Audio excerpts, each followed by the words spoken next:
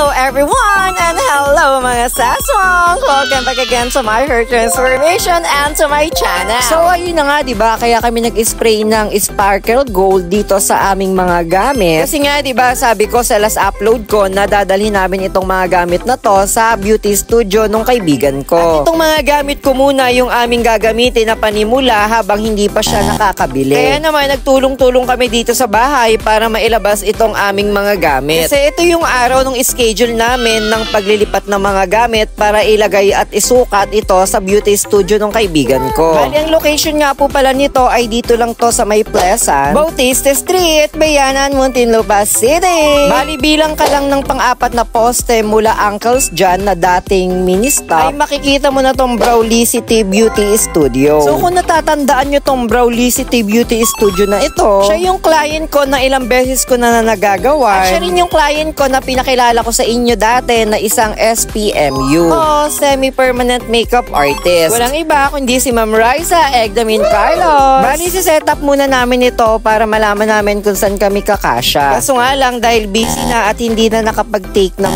video. Sayang, kasi ako pa naman yung nagbabarena dito.